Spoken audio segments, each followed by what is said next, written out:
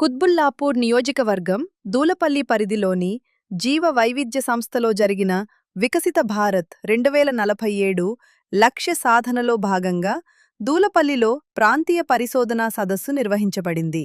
ఈ సదస్సును హైదరాబాద్లోని ఇన్స్టిట్యూట్ ఆఫ్ ఫారెస్ట్ బయోడైవర్సిటీ మరియు రాంచీలోని ఇన్స్టిట్యూట్ ఆఫ్ ఫారెస్ట్ ప్రొడక్టివిటీ సంయుక్తంగా నిర్వహించాయి.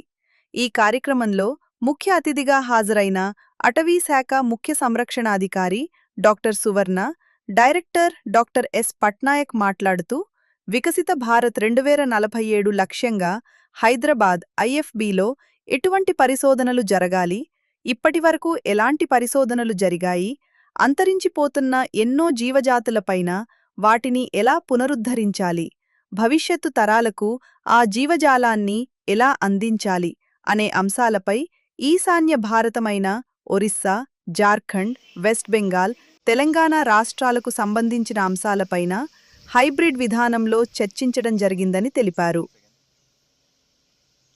అందరికీ నమస్కారం. ఈరోజు ఇన్స్టిట్యూట్ ఆఫ్ ఫారెస్ట్ బయోడైవర్సిటీ, ఈ ఐసిఎఫ్ఆర్ఈ అంటే Indian Council of Forestry Research and ఎడ్యుకేషన్కి సంబంధించిన సంస్థ ఇది దుల్లపల్లిలో. వీరు రీసెర్చ్ చేసే organisation.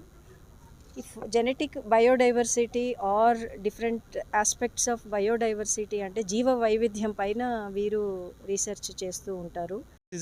This Institute of Forest Biodiversity is one of the research institute under Indian Council of Forest Research and Education.